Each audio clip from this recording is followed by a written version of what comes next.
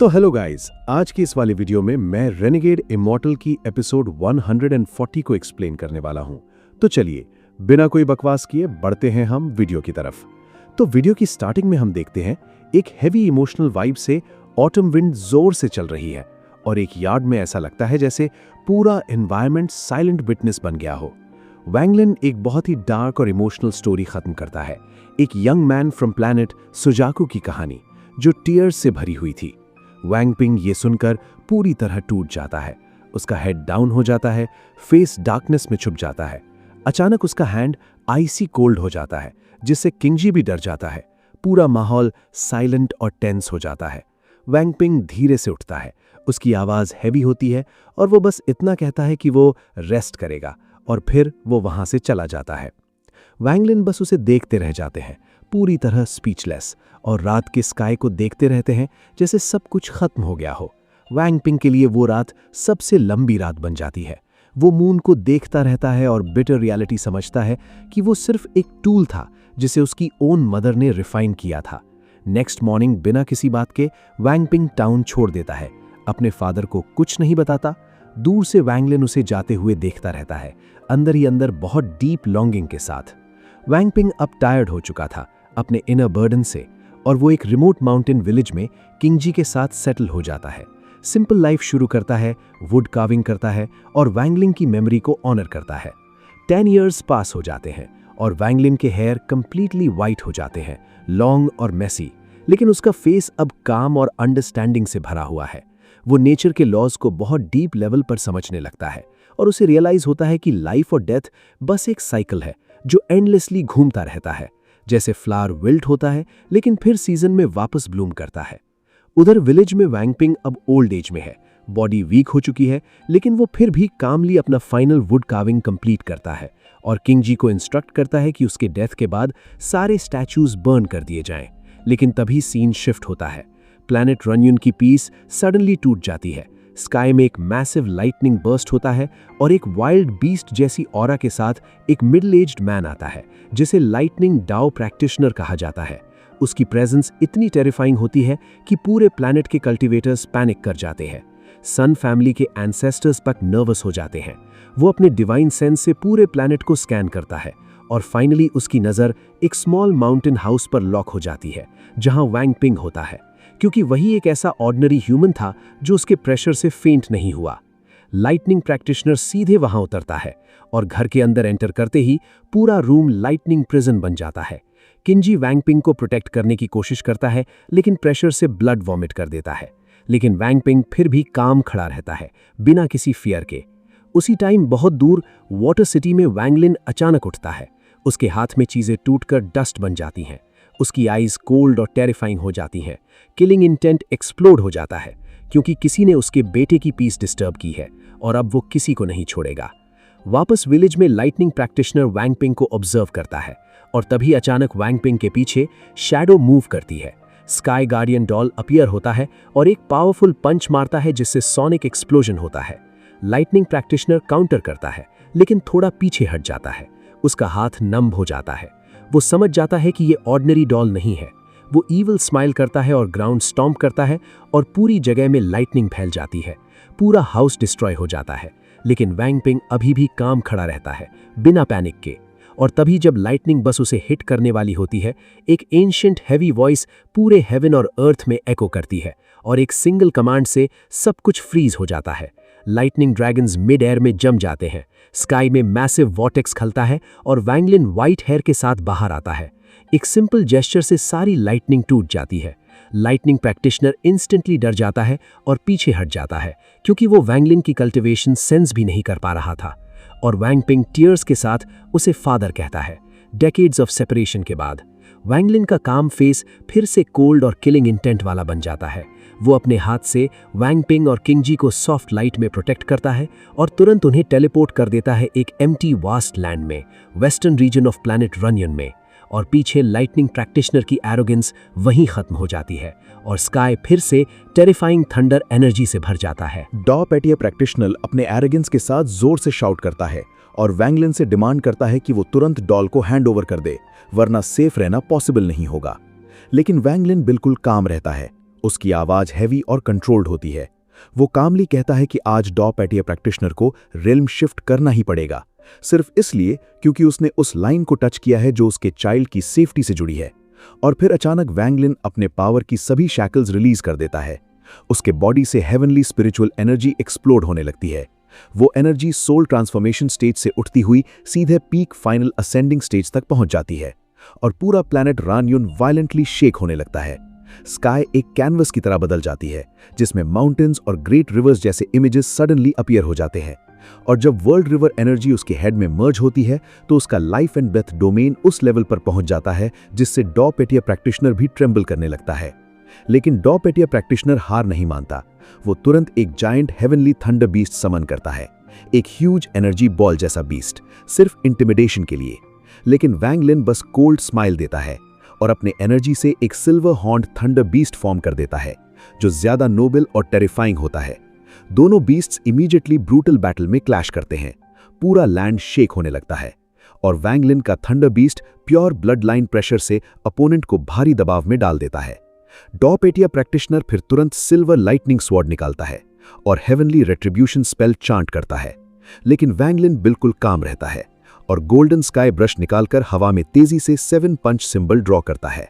उस मोमेंट पर वैंग लिन की 7 सोल फ्रैगमेंट्स मर्ज होकर उस सिंबल में बदल जाती हैं और वो गोल्डन लाइट से व्हाइट ब्रिलियंस में ट्रांसफॉर्म होकर ancient thunder dragon level power release करती हैं। जैसे ही सिंबल रिलीज होता है डॉ पेटिया प्रैक्टिशनर का अटैक इंस्टेंटली शैटर्ड हो जाता है। वो 1000 फीट दूर ब्लड स्पिटिंग के साथ उड़ जाता है।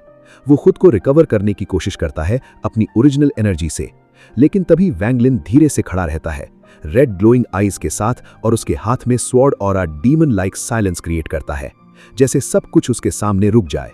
डॉ पेटिया प्रैक्टिशनर फिर उसकी बॉडी स्कैन करता है और तभी उसका फेस कंप्लीटली पेल हो जाता है, क्योंकि उसे समझ आता है कि ये कोई नॉर्मल ह्यूमन नहीं है। उसके अंदर 2 टेरिफाइंग स्वॉर्ड एनर्जी सील्ड है। वो इमीडिएटली कंक्लूड करता है कि वैंग लिन एक मैड लेवल कल्टीवेटर है जो फेक बॉडी बनाने के लिए एंशिएंट स्वॉर्ड एनर्जी का यूज कर रहा है। और फिर डर के मारे वो रिट्रीट करने का डिसीजन लेता है, एंशिएंट बीस्ट की तरफ भागता है, क्योंकि वो ऐसी मॉन्स्टर लेवल फाइट नहीं लेना चाहता। लेकिन वैंग लिन की आईज पूरी तरह रेड और रेज से भरी होती हैं। वो अपने प्रे को छोड़ने वाला नहीं था। वो अपना हैंड स्विंग करता है और एक हेवन डिस्ट्रॉइंग स्लैश रिलीज करता है, जिससे पूरा एटमॉस्फेयर वायलेंटली शेक होने लगता है, जैसे एंड ऑफ द वर्ल्ड आ गया हो। डॉ पेटिया प्रैक्टिशनर पैनिक में स्क्रीम करता है और अपनी स्ट्रॉन्गेस्ट स्पेल एक्टिवेट करता है, और तुरंत हेवन एंड अर्थ एक जायंट फर्नेस में ट्रांसफॉर्म हो जाते हैं जो सब कुछ मेल्ट करने के लिए तैयार होता है। फर्नेस के अंदर थंडर रॉर करता है, लेकिन वैंग लिन अभी भी आइस कोल्ड एक्सप्रेशन के साथ खड़ा रहता है और स्काई गार्डियन डॉल को कमांड करता है कि वो फर्नेस की वॉल्स पर किलिंग ब्लो रेन करे, जिससे पूरा स्ट्रक्चर क्रैक होने लगता है। फिर वैंग लिन अपने फिंगर को बाइट करता है और हवा में कॉम्प्लेक्स सिंबल ड्रॉ करता है, जिससे एंशिएंट बीस्ट का 3rd सील अनलॉक हो जाता है। वो इंस्टेंटली डीमन मोड में ट्रांसफॉर्म हो जाता है, मल्टीपल टाइम्स लार्जर और ब्लैक लाइटनिंग ऑरा के साथ, इतना डिस्ट्रक्टिव कि थंडर टेम्पल का एंशिएंट बीस्ट भी फियर से प्रोस्ट्रेट हो जाता है। ब्लैक लाइटनिंग और हेवन स्लेयर अटैक मर्ज होकर जायंट फर्नेस को डिस्ट्रॉय कर देते हैं। डॉ पेटिया प्रैक्टिशनर अब पूरी तरह घायल और डेस्परेट हो जाता है और सिर्फ जान बचाकर भागने लगता है, क्योंकि उसके पीछे स्काई गार्डियन डॉल और एंशिएंट बीस्ट दोनों चेस कर रहे होते हैं। इस पूरी डिस्ट्रक्शन के बीच वैंग पिंग दूर खड़ा होकर अपने फादर की बैक देखता है, एक शांत स्माइल के साथ, लेकिन उसकी आंखों में दर्द साफ दिखता है, क्योंकि अब उसे ये बिटर ट्रुथ समझ आता है कि वो कभी फुल्ली अलाइव ह्यूमन नहीं था, बल्कि सिर्फ एक लिंगरिंग रेमिनेंट था जो अपने फादर की स्वॉर्ड एनर्जी और हेवनली स्पेल्स की वजह से एग्जिस्ट कर रहा था। वांग पिंग धीरे से किंगी का हाथ पकड़ता है और बहुत सॉफ्ट आवाज में फेयरवेल के वर्ड्स बोलता है। ये वर्ड सुनकर किंगी अनकंट्रोलेबली रोने लगती है। वांग पिंग के अंदर गिल्ट भर जाता है, क्योंकि वो अपना प्रॉमिस पूरा नहीं कर पाया कि वो वांग लिन के साथ कई जनरेशंस तक रहेगा। उधर वांग लिन फ्रोजन खड़ा रहता है, डीप सैडनेस के साथ, जब वो अपने बेटे के बॉडी को देखता है जो धीरे धीरे लाइट में डिसॉल्व हो रहा होता है। गोल्डन लाइट में उसका बॉडी डिसइंटीग्रेट होने लगता है और पीछे सिर्फ 2 स्वॉर्ड एनर्जी रेज और एक प्योर वाइट सोल लाइट हवा में फ्लोटिंग रह जाती है। पूरा सीन बेहद हार्ट ब्रेकिंग हो जाता है। वांग लिन ट्रेम्बलिंग हाथों से उन रिमेनिंग ब्लैक हेट्रेड थ्रेड्स को हटाता है जो उस सोल लाइट पर चिपके हुए थे, और जैसे ही वो उन्हें रिमूव करता है, वांग पिंग की पूरी रिजेंटमेंट और एंगर कंप्लीटली डिसअपीयर हो जाती है। अब सिर्फ प्योर सोल बचती है, बिना किसी नेगेटिविटी के। वोंग लिन बिना हेजिटेशन उस सोल लाइट को हेवन रेबल पर्ल में सील कर देता है ताकि वो सेफली रेस्ट कर सके, और साइलेंटली प्रॉमिस करता है कि समडे वोंग पिंग का अनफिनिश्ड विश जरूर पूरा होगा। किंगी अकेला रह जाने के डर से तुरंत घुटनों पर गिरती है और विनती करती है कि उसे भी साथ ले जाया जाए। वोंग लिन उसकी रिक्वेस्ट को इग्नोर नहीं करता और उसका रिग्रेटफुल सोल भी अपने साथ ले लेता है। इसके बाद वोंग लिन धीरे धीरे अपनी ओल्ड अपीयरेंस छोड़कर वापस एक ब्लैक हेयर्ड यंग मैन में ट्रांसफॉर्म हो जाता है, स्ट्रेट पॉस्चर और डेथ गॉड जैसी ऑरा के साथ। पूरा 70 इयर्स का रीइंकार्नेशन साइकिल वहीं खत्म हो जाता है और अब वोंग लिन पूरी तरह एक पीक कल्टीवेटर के रूप में वापस आ चुका है जो वर्ल्ड को शेक करने वाला है। वो बिना देर किए वॉइड को पियर्स करता है और स्टार रीजन्स की तरफ बढ़ता है। उसके ब्लैक हेयर हवा में वाइल्डली वेव कर रहे होते हैं और उसकी आईज एक डेडली काम रिलीज कर रही होती हैं, जैसे उसने इस वर्ल्ड के सारे सीक्रेट्स देख लिए हों। उसे एहसास होता है कि उसकी कल्टीवेशन अब मिड असेंडेंट स्टेज तक पहुंच चुकी है और उसका टेरिटरी फाइनल असेंडेंट स्टेज के करीब फैल चुका है, लेकिन अभी भी उसे मैसिव अमाउंट में सेलेस्टियल जेड एनर्जी की जरूरत है ताकि वो ट्रू पीक मास्टर बन सके। वोंग लिन के माइंड में ये साफ होता है कि आगे आने वाली बैटल्स बहुत कठिन होंगी क्योंकि हर अटैक उसकी प्रेशियस ओरिजिनल एनर्जी को ड्रेन करेगा, इसलिए उसे बहुत केयरफुली मूव करना होगा। तभी दूसरी तरफ डाओ पिटीर प्रैक्टिशनर पूरी तरह पैनिक और शॉक में होता है क्योंकि वो ऑलरेडी 2 स्वॉर्ड एनर्जीज और रैम्पेजिंग एंशिएंट बीस्ट्स के सामने ऑलमोस्ट टूट चुका होता है। उसकी एरोगेंस पूरी तरह खत्म हो जाती है और अब वो सिर्फ फियर में डूबा हुआ है, लेकिन वोंग लिन उसे कोई स्पेस नहीं देता। वो तुरंत बिलियन सोल्स का फ्लैग निकालता है और पूरा एरिया घोस्टली वेलिंग से भर जाता है, जैसे पूरा सोल रेल्म शेक हो रहा हो। उस फ्लैग से 3 टेरिफाइंग मेन सोल्स बाहर निकलते हैं, एक ब्लड थर्स्टी ब्लैक कीलन, एक जायंट 10 फीट ब्लैक मॉन्स्टर और एक mysterious black needle like soul. ये तीनों तुरंत लाइटनिंग बैरियर को डिस्ट्रॉय कर देते हैं और डाओ पिटीर प्रैक्टिशनर पूरी तरह कोलैप्स होने लगता है।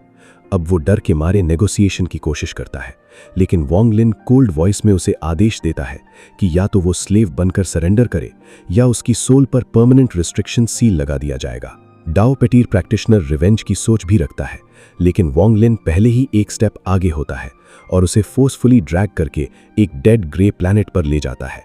वहां लैंडिंग के बाद वोंग लिन जमीन पर स्टॉम्प करता है और एक डीप रवीन बना देता है।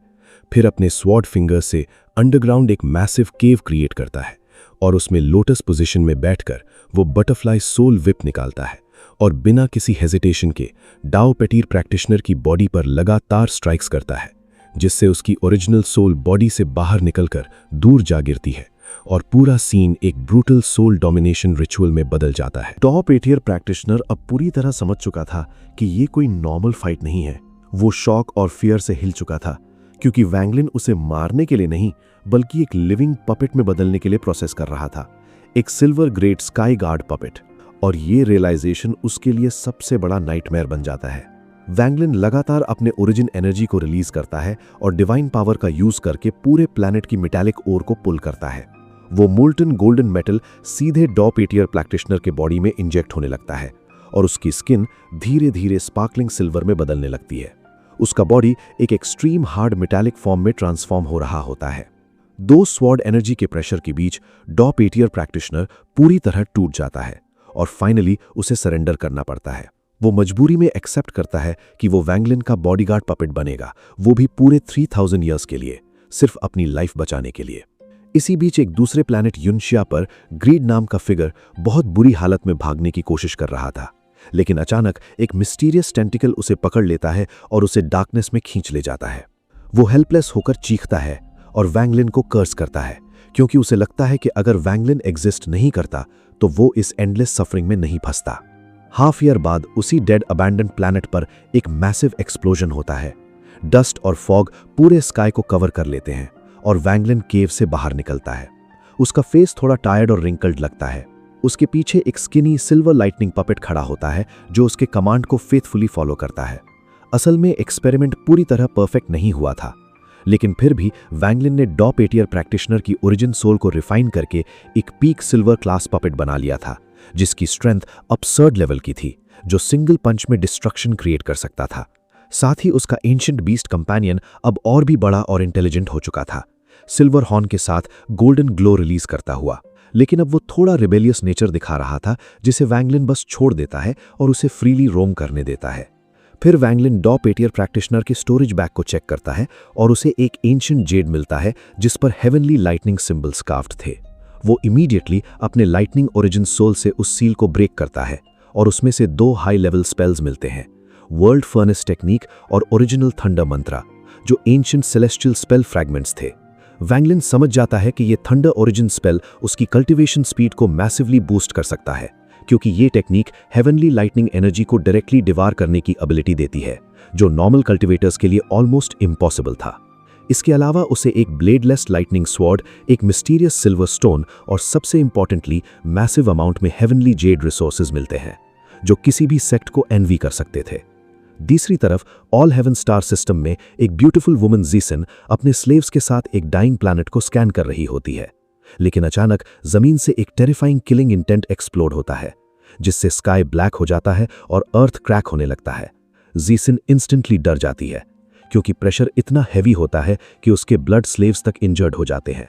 लेकिन असल में वो प्रेजेंस वैंगलिन का रियल बॉडी होता है, जो 4 स्टार मार्क के साथ डेविल मोड में स्पिरिचुअल एनर्जी अब्सॉर्ब कर रहा होता है। उसका रियल बॉडी प्लैनेट को कंप्लीट डिस्ट्रक्शन में डाल देता है और फिर साइलेंटली वहां से मूव कर जाता है। उधर सुजाकू प्लैनेट पर तासिन नाम का कैरेक्टर अब रिवेंज ऑब्सेशन में पूरी तरह पागल हो चुका होता है। वो एंशिएंट पिलर पर वैंगलिन का नाम कार्व करता रहता है और स्काई डीमन विच को समन करने की तैयारी करता है, ताकि वैंगलिन को हंट किया जा सके।